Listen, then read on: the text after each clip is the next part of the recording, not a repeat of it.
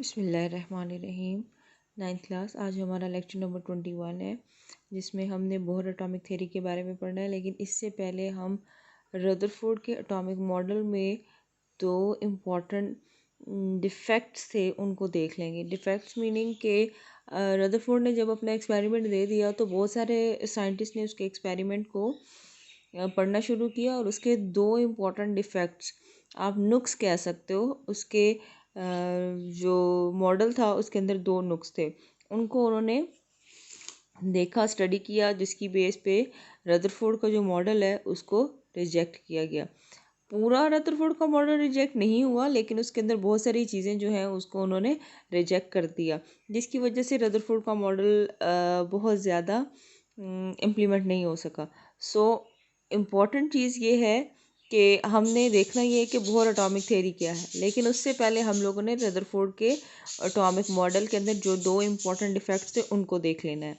That is your short question. ये हमारा short question आ जाता होता है, और इसको हमने बिल्कुल इसी तरह से, जैसे ये मौजूद है, इसी तरह से लिखेंगे। पहला डिफेक्ट क्या है? According to classical theory of radiation, electron being the charged particle should release or emit energy continuously and they ultimately fall into the nucleus. वो कहते हैं कि हमारे पास क्लासिकल थेरी है रेडिएशन की। रेडिएशन मतलब शुआओं की एक थेरी थी जिसका नाम था क्लासिकल थेरी। उस क्लासिकल थेरी के मुताबिक इलेक्ट्रॉन जो है वो चार्ज पार्टिकल है। अगर इलेक्ट्रॉन चार्ज पार्टिकल है तो उसको अमिट और रिलीज़ करनी चाहिए एनर्जी मुसलसल। यानी इलेक्ट्रॉन जो है वो एक चार्ज पार्टिकल है। इस चार्ज पार्टिकल को अपनी एनर्जी मुसलसल तौर पर या तो खारिज करनी चाहिए या जज्ब करनी चाहिए, और इस एनर्जी को अमिट और एब्जॉर्ब करने के रिज़ल्ट में एक वक्त ऐसा आना चाहिए कि इसको न्यूक्लियस के अंदर गिर जाना चाहिए। मतलब उनके कहने का ये था कि अगर रदरफोर्ड कहता है कि इलेक्ट्रॉन जो है वो न्यूक्लियस के गिर्द इस तरह से मुसलसल चक्कर लगा रहा है, तो चक्कर लगाते लगाते एक टाइम ऐसा आए कि इसकी एनर्जी कम होती जाए। जब एनर्जी कम होगी तो क्या होगा? ये दोबारा वापस आना शुरू हो जाएगा। इसी के अंदर वापस आते आते ये दोबारा इसके अंदर गिर जाएगा। कोई भी चीज़ है, हम अगर अपनी बात कर लें, हम अगर सुबह सुबह निकलते हैं कॉलेज या स्कूल के लिए, तो हम ब्रेकफास्ट लेते हैं, जो कि आपकी एनर्जी होती है। सारा दिन आप काम करते हो, कुछ ना खाओ, आपकी एनर्जी डाउन हो जाती है। जब आपकी एनर्जी डाउन हो जाएगी तो एज अ रिज़ल्ट क्या होता है? आप कोई काम करने जोगे नहीं रह जाते।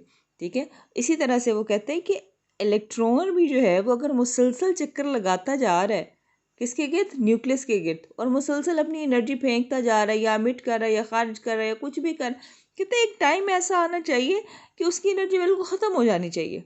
जब उसकी एनर्जी ख़त्म हो जाएगी तो रिजल्ट क्या होगा? They fall into the nucleus. वो न्यूक्लियस अपने ही न्यूक्लियस के अंदर गिर जाएगा। जैसे आप लोगों ने सोलर सिस्टम के बारे में पढ़ा हुआ है, तो अर्थ क्या करती है? सन के गिर्द रिवॉल्व कर रही है। अगर हम ये कहते हैं कि अर्थ जो है वो इलेक्ट्रॉन है, अगर अर्थ की एनर्जी ख़त्म हो जाती है तो क्या होगा?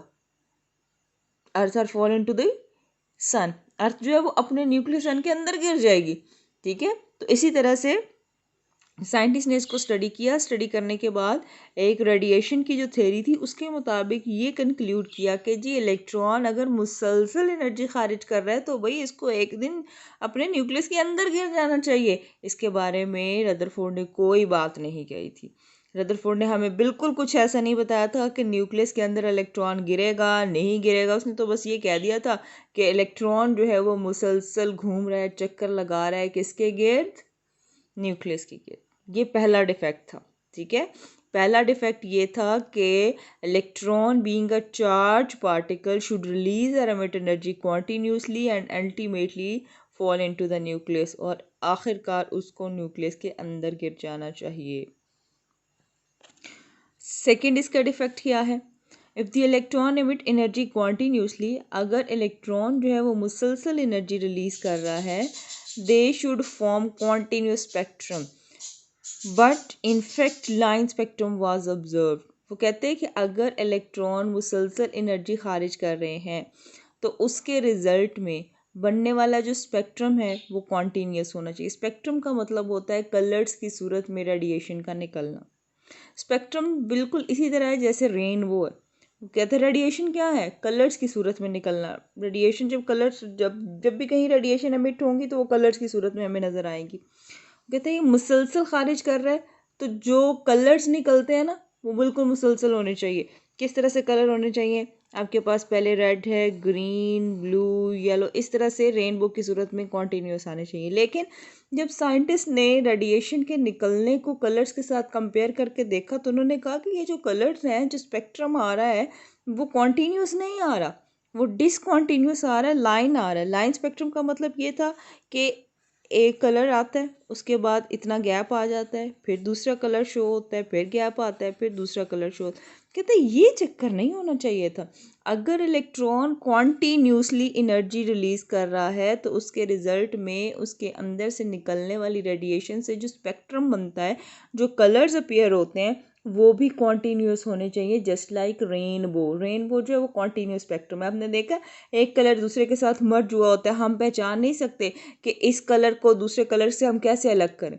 अगर ग्रीन है तो उसके साथ ब्लू है तो वो बिल्कुल उसके साथ मिला हुआ होगा, आप उसको एक दूसरे से अलग नहीं कर पाते। लेकिन जब साइंटिस्ट ने इसके स्पेक्ट्रम को ऑब्जर्व करना शुरू कर दिया तो उन्होंने कहा नहीं जी ऐसा नहीं होता, ये तो डिसकॉन्टीन्यूस या फिर लाइन स्पेक्ट्रम शो करता है। लाइन स्पेक्ट्रम के अंदर एक कलर के बाद फिर गैप आता है, फिर दूसरा कलर, फिर गैप, फिर तीसरा कलर, फिर गैप, यानी कलर आता है, फिर ब्लैक कलर नज़र आ जाता था, फिर यानी गैप आना शुरू हो जाता था। हर कलर के बाद जो वो गैप आना शुरू हो जाता था। तो साइंटिस्ट ने कहा कि रदरफोर्ड के कहने के मुताबिक तो इलेक्ट्रॉन मुसलसल एनर्जी रिलीज़ कर रहे हैं। मुसलसल एनर्जी के रिलीज़ होने की सूरत में इसमें से कलर का जो पैटर्न आना चाहिए वो भी मुसलसल, यानी वो कॉन्टीन्यूस स्पेक्ट्रम आना चाहिए। लेकिन हमारे पास कलर आया कौन से, लाइन स्पेक्ट्रम आ गए जो मुसलसल नहीं आ रहे थे, थोड़े थोड़े वक्फों के बाद उसमें गैप आना शुरू हो गया था। ये दो इम्पॉर्टेंट इफ़ेक्ट्स थे रदरफोर्ड के, इनको आपने शॉर्ट क्वेश्चन की सूरत में आपने नोटबुक में लिख लेना है। ठीक है, write down the effects of Rutherford model, और ये दोनों बहुत इंपॉर्टेंट है। पहला ये था कि रेडिएशंस की जो थ्योरी थी वो ये कहती है कि इलेक्ट्रॉन अगर चार्ज पार्टिकल है तो मुसलसल एनर्जी एमिट या एब्जॉर्ब करने के रिजल्ट में उसकी एनर्जी ख़त्म हो जानी चाहिए, and it will should fall into the nucleus. और दूसरा डिफेक्ट ये था कि अगर ये मुसलसल एनर्जी इमिट कर रहा है तो उसकी रिजल्ट में जो स्पेक्ट्रम आना चाहिए वो कॉन्टीन्यूस स्पेक्ट्रम आना चाहिए। लेकिन स्पेक्ट्रम कौन सा आता है जी, उन्होंने जब स्पेक्ट्रम को ऑब्जर्व किया तो वो कहते थे कि ये तो लाइन स्पेक्ट्रम आ रहा है, ये कॉन्टीन्यूस स्पेक्ट्रम नहीं आ रहा। अब जब ये दो डिफेक्ट्स आ गए तो बहुत सारे साइंटिस्ट लग गए एटम के एक नए मॉडल की तरफ। उन्होंने कहा ये दो डिफेक्ट्स भी ना हो, इन दोनों को भी क्लियर करना है। तो उसके रिजल्ट में हमें नील बोहर जो हैं उन्होंने एक और थ्योरी दे दी। उन्होंने क्या किया था, रदरफोर्ड के डिफेक्ट्स को माइंड में रखते हुए एक मॉडल दिया। इनका पूरा नाम नील बोहर था और इन्होंने 1913 में ये मॉडल जो है वो दिया था, यानी ये थ्योरी दी थी। ये MCQ है। बोहर एटॉमिक थ्योरी जो है वो 1913 में दी गई थी, which is based on the defect of Rutherford atomic model. Rutherford के एटम में आने वाले जो डिफेक्ट्स थे उनकी बेसिस पे ये थ्योरी दी गई थी। ठीक है, ये थ्योरी क्या थी, आज हम सिर्फ इस चीज़ को देखेंगे। According to this theory, revolving electron in an atom does not absorb और एमिट कॉन्टीन्यूसली एनर्जी। वो कहते हैं कि इस एटॉमिक थ्योरी के मुताबिक, किस बोहर के एटम की थ्योरी के मुताबिक, इलेक्ट्रॉन जो है वो मुसलसल एनर्जी ना तो खारिज करता है ना ही एब्जॉर्ब करता है, यानी ना तो ये एनर्जी एमिट करेगा और ना ही एनर्जी एब्जॉर्ब करेगा। ठीक है, the energy of a revolving electron is quantized. Electron जो न्यूक्लियस के गिर्द घूम रहा है उसकी एनर्जी क्वांटाइज्ड है। क्वांटाइज्ड का मतलब होता है फिक्स। फिक्स का मतलब होगा ख़ास एनर्जी होती है। ऐसा नहीं है कि अपनी मर्ज़ी से जितनी एनर्जी चाहे वो एमिट करता जाए, जितनी एनर्जी चाहे जो वो रिलीज़ करता जाए। अच्छा, यहाँ एनर्जी रिलीज़ या एमिट होने का मतलब ये कि जैसे जैसे इलेक्ट्रॉन घूमता जाएगा उसकी एनर्जी रेडिएशन की सूरत में निकलती है, या वो एनर्जी रेडिएशन की सूरत में एब्जॉर्ब करता है। तो कहते हैं वो जो एनर्जी रिलीज़ या एब्जॉर्ब करता है वो मुसलसल नहीं होती, बल्कि ये फिक्स एनर्जी होती है। As it revolve only in orbit, जब वो अपने ऑर्बिट के अंदर रहता है। ऑर्बिट कहते हैं मदार को, किसी भी रास्ते को। Of a fixed energy level by वो, यानी नील बोहर के मुताबिक इलेक्ट्रॉन जब अपने एक ख़ास ऑर्बिट के अंदर घूमता है, एक ख़ास एनर्जी लेवल में घूमता है, तो उस वक्त उसकी एनर्जी क्वांटाइज्ड होती है, फिक्स होती है। वो ना तो मुसलसल एनर्जी एमिट करता है और ना ही मुसलसल एनर्जी रिलीज़ करता है। यानी पूरा मुद्दा, मेन पॉइंट नील बोहर की थ्योरी का ये था कि रदरफोर्ड ने जो बात की थी वो गलत है। इलेक्ट्रॉन कभी भी मुसलसल एनर्जी एब्जॉर्ब या एमिट नहीं करता। ये अगर अपने ऑर्बिट के अंदर घूम रहा है तो इसकी एनर्जी फिक्स रहती है अपने ऑर्बिट के अंदर। ये देखिए, यहाँ आपको मैंने एक डायग्राम क्लियर की है।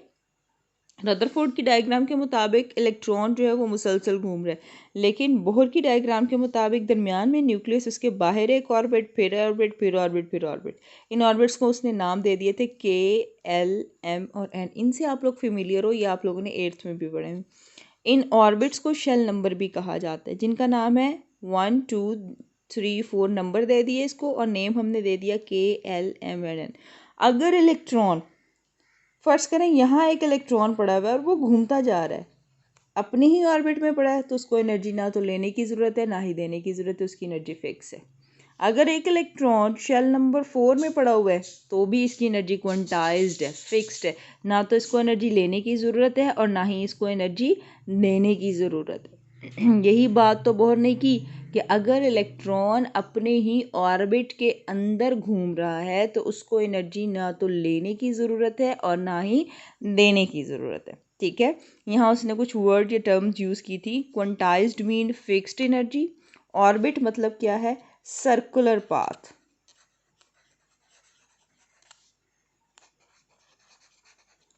Around the nucleus,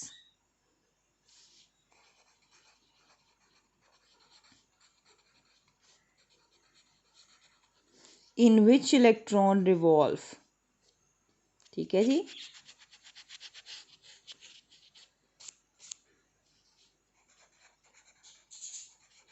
in which electron revolve. ऐसा सर्कल वाला रास्ता, circular path around the nucleus in which electron revolve is called orbit. Energy level, shell, orbit को ही एनर्जी लेवल भी कहते हैं, ऑर्बिट का ही दूसरा नाम हमारे पास शेल नंबर भी है। ठीक है जी, quantised mean fixed, orbit mean circular path around the nucleus in which electrons are revolve. Clear हो गया। बस आज का हमारा आर्टिकल इतना ही था। आपने रदरफोर्ड के दोनों जो डिफेक्ट्स हैं उनको अपनी कॉपी पे लिख भी लेना है, याद भी कर लेना है।